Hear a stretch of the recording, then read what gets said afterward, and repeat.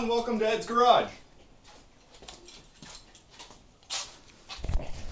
Today we're going to be replacing the throttle body on this 2008 Saturn Vue.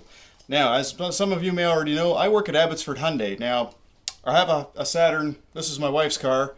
Don't worry, I actually own a Hyundai vehicle.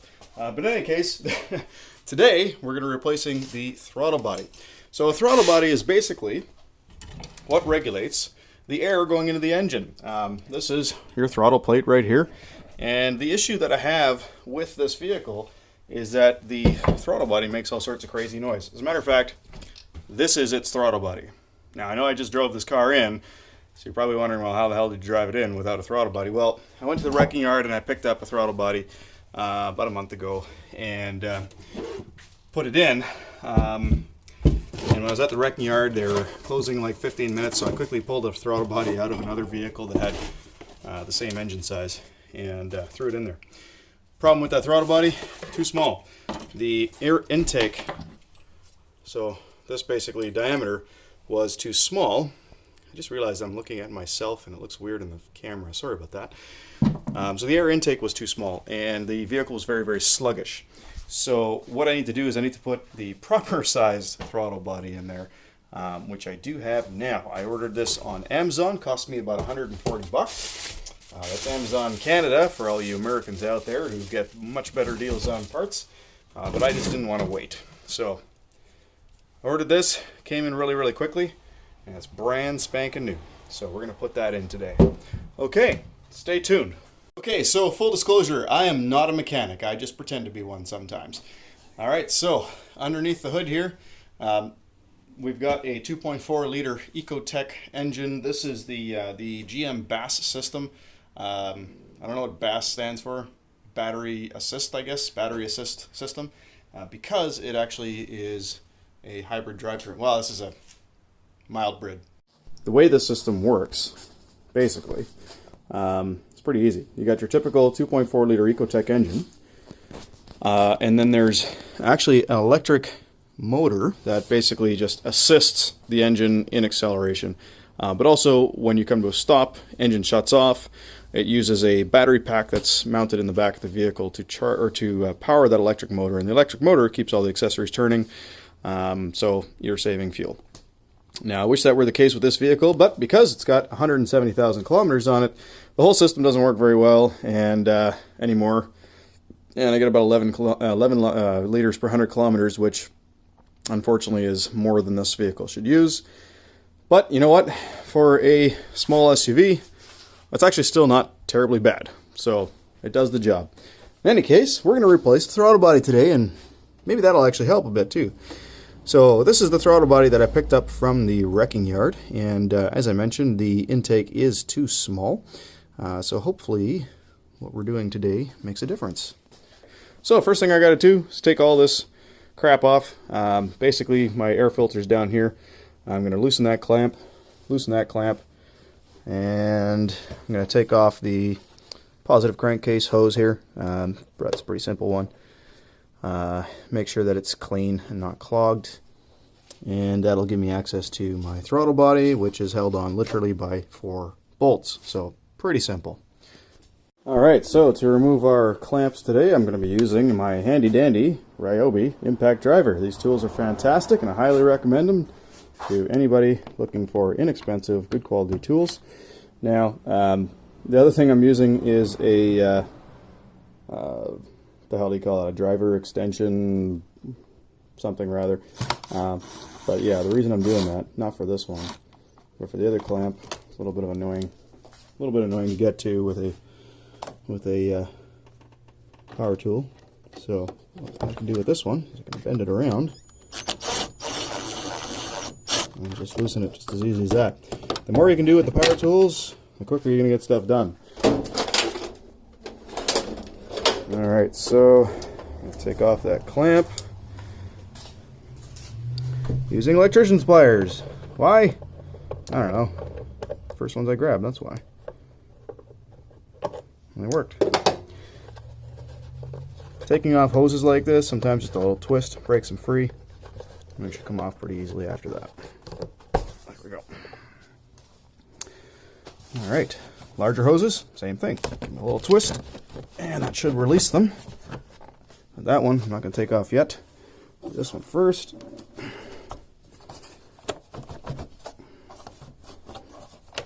Oh, there we go. Yeah, this one.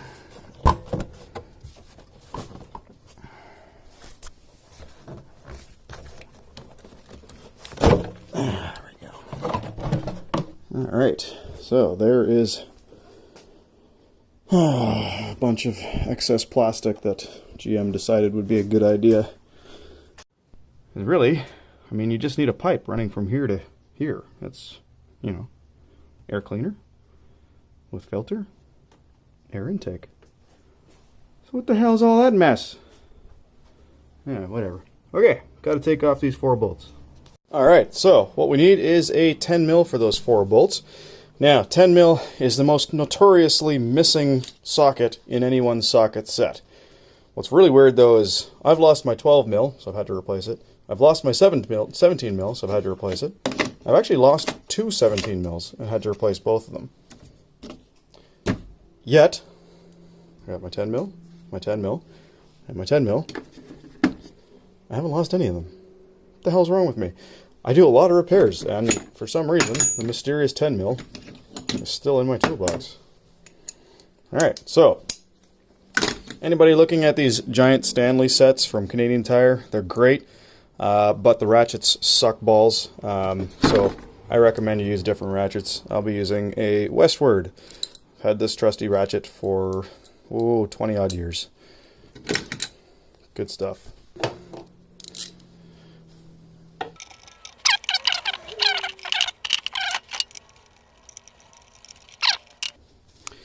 So, to unplug this type of connector, basically what we need to do is we need to pull this little plastic retainer out, just that far, not too far. And the reason for that is because there's a clip right here, and the only time you can actually push that clip is when this is pulled out. It's like a lock.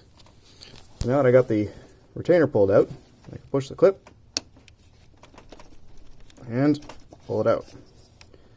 Doing your absolute best to not pull on the wires, of course.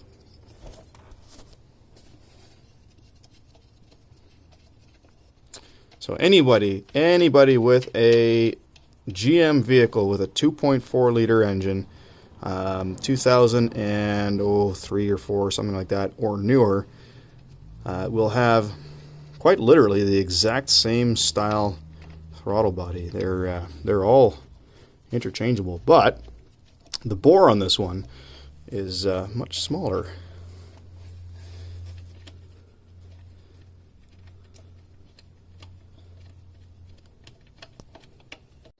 And I think the bore is smaller because, honestly, this one probably actually came out of a 2.2 liter Ecotec engine. So, here's what we're looking at. I remember now. So, the outer diameter here was exactly the same. But the inner diameter, you can see the throttle plate is quite a bit smaller. So, I put them side by side. Somehow. You can see this one is substantially larger. It's easier to see on this side, actually. There we go. So, 2.2 liter Ecotec, 2.4 liter Ecotec. This is the one that came out of my vehicle, or my wife's vehicle, and it's way cleaner than this one, like quite a bit. But it's not as clean as the new one. Oh yeah, beauty. Alright, let's pop this guy on there. Now these ones actually come with a green rubber gasket, or polyurethane gasket, or silicone gasket, or whatever the hell it's called. So you don't need to replace this if it's still in good condition. It's probably not a bad idea to just give that a quick wipe though. WD-40.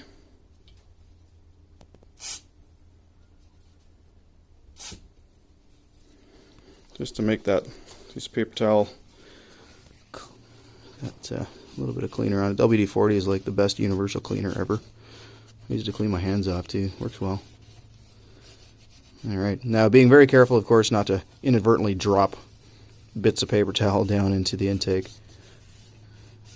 There we go. That's good enough. Alright, so pretty simple. Just line it up, put the bolts in. Solved your uncle.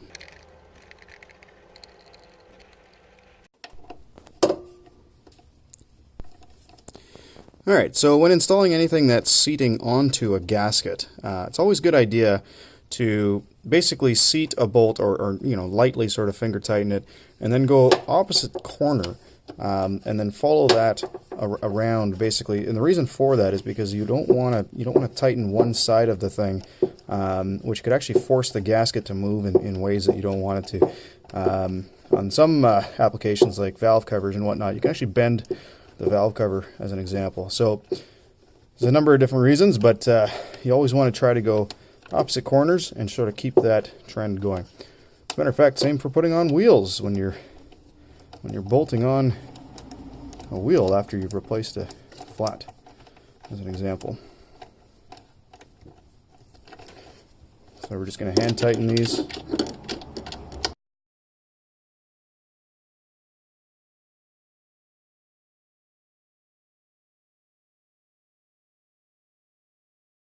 One more thing that my wife had mentioned was that she could smell a little bit of burning oil whenever she would come to a stop, like when she'd drive for a little while and then come to a stop. And sure enough, when looking at the oil level on the vehicle, after she'd put 1,000 or a couple thousand kilometers on it, I could notice the engine oil dropping a bit. So it doesn't look like it's necessarily burning oil in the engine, and the reason I can say that is because it's actually engine oil all below the valve cover gasket. So it looks like it's leaking out of the valve cover and landing on the exhaust system. So I could do the whole repair and put a new valve cover gasket in there, and quite frankly, I'll probably do that one day anyway.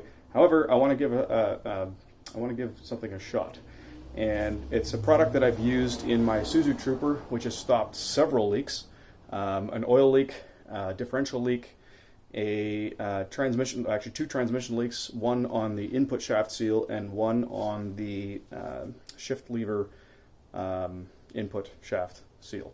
So it's actually stopped all of those leaks. My Trooper is bone dry underneath.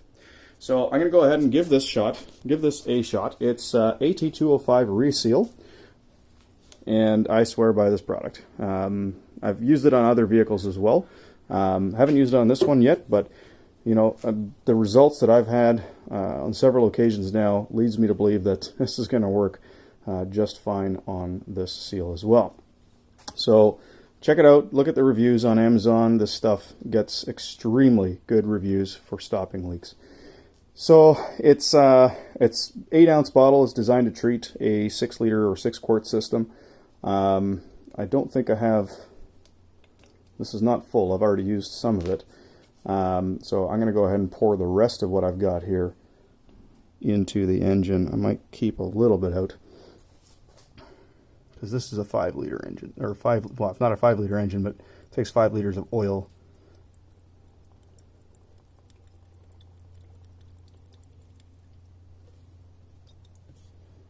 Maybe a little more. So essentially what this is, it's a plasticizer. So it actually will it'll go to the rubber seals and replasticize them, rejuvenates them, causes them to expand a little bit, not a terrible amount, just enough basically.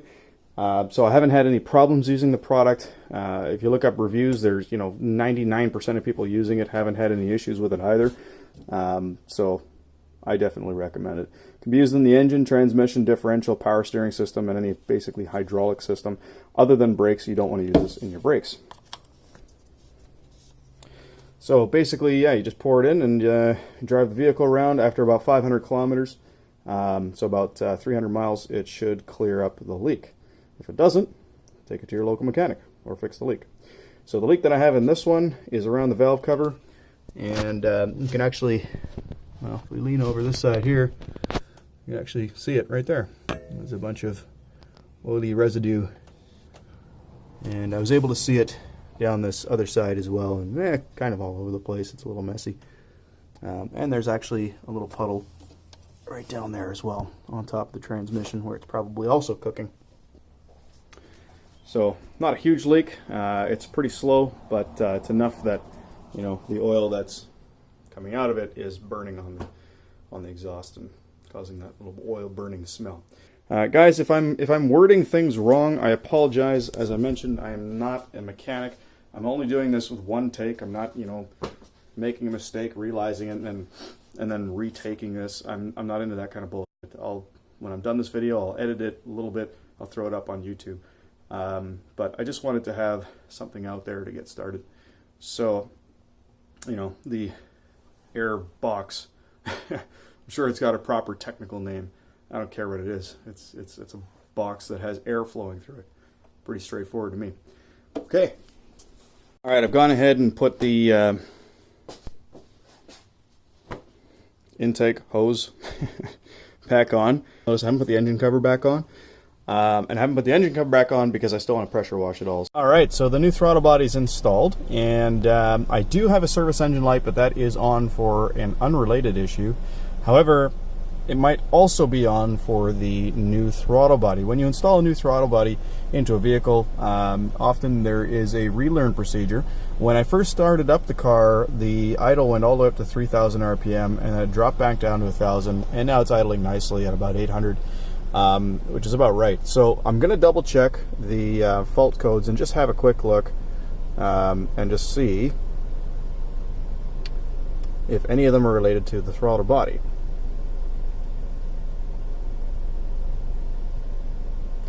Alright, so I got a C1224. That is just for the rear wheel speed sensor circuit, so nothing to really worry about. I'm going to go ahead and actually clear that fault because what I want to do is I want to do the relearn procedure, and honestly that wheel speed sensor, it doesn't actually screw up very often. So if I clear it, there we go, it's gone now, so I don't need to worry about it. ABS light's on as well, but that'll go off after my next start. So anyway, the relearn procedure on these vehicles is quite simple. You let the vehicle run and idle for 3 minutes. Then you shut it off and you wait a minute, and then you turn it back on and let it idle again for 3 minutes. So we're going to give it a minute, and then we'll start it back up. Okay, it's been approximately 1 minute, so I'm going to go ahead and fire it back up.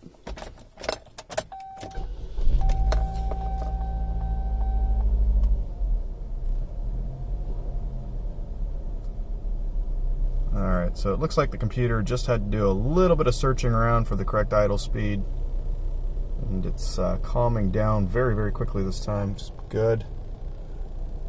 Alright, so now it is currently 12:14. We got to let it sit here and idle for 3 minutes. 12:17, so it's been 3 minutes. I'll go ahead and shut the car off.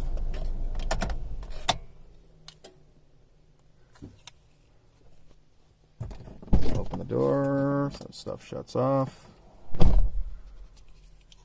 Okay.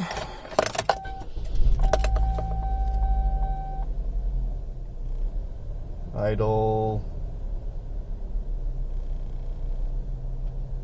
Looks good so far.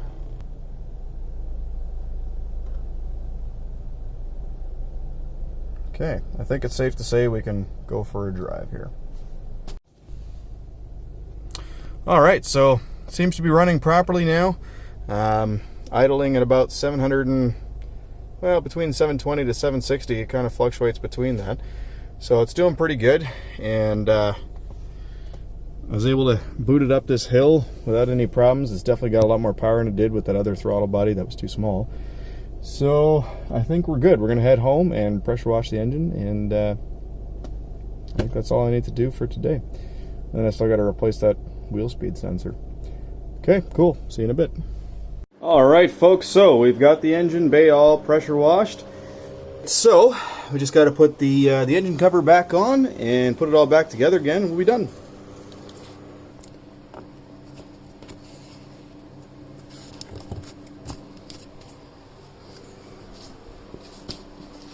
I'm going to give that a wipe down just because it didn't get the benefit of the pressure wash. Use some all-purpose cleaner.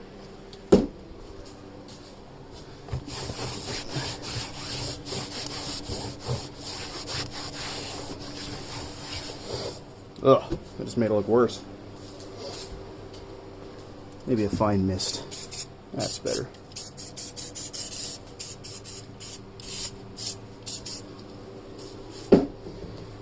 WD-40 is probably one of the silliest products out there. Used for all of the wrong purposes. Everything that people think it should be used for, it's used for, and it's really not designed for. WD-40 is water displacement, hence the WD.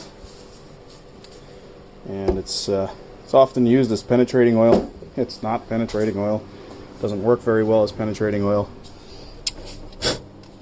And is not recommended to be used as penetrating oil. Okay, so that looks a little better. Alright, put this cover back on. But I find that WD-40, while used for many other things, I like using it as a cleaner, actually, because it does a great job cleaning. Because it's a water displacement, it does a nice job at getting rid of all sorts of things that, I don't know what the hell I'm talking about. You know what? Try cleaning your hands with it one day. If you got really greasy, oily hands. Works great for that. Okay, so there's a couple of those little posts back there. There we go.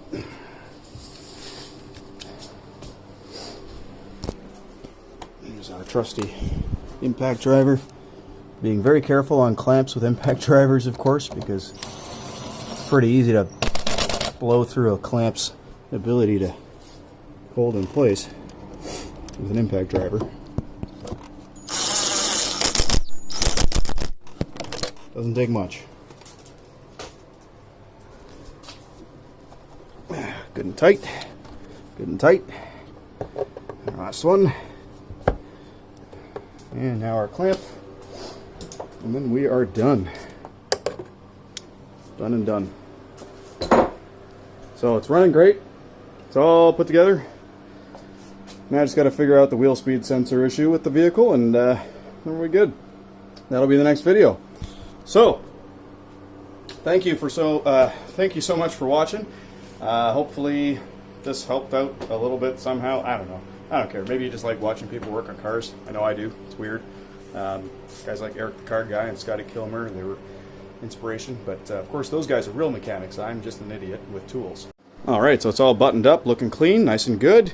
Everything's running great. It's all put back together. Next video will be how to diagnose the wheel speed sensor, because that's one of the issues it's having with this vehicle. So thanks so much for watching. I hope that you liked the video and that you watch more. If you do, please hit the like button.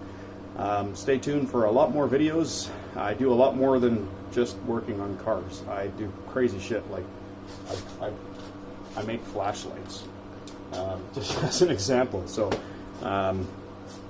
yeah, I got lots of home renovations coming up. Pretty cool idea to convert my basement into a games room based on Star Trek The Next Generation. So there's going to be a lot of Star Trek-y things going on there.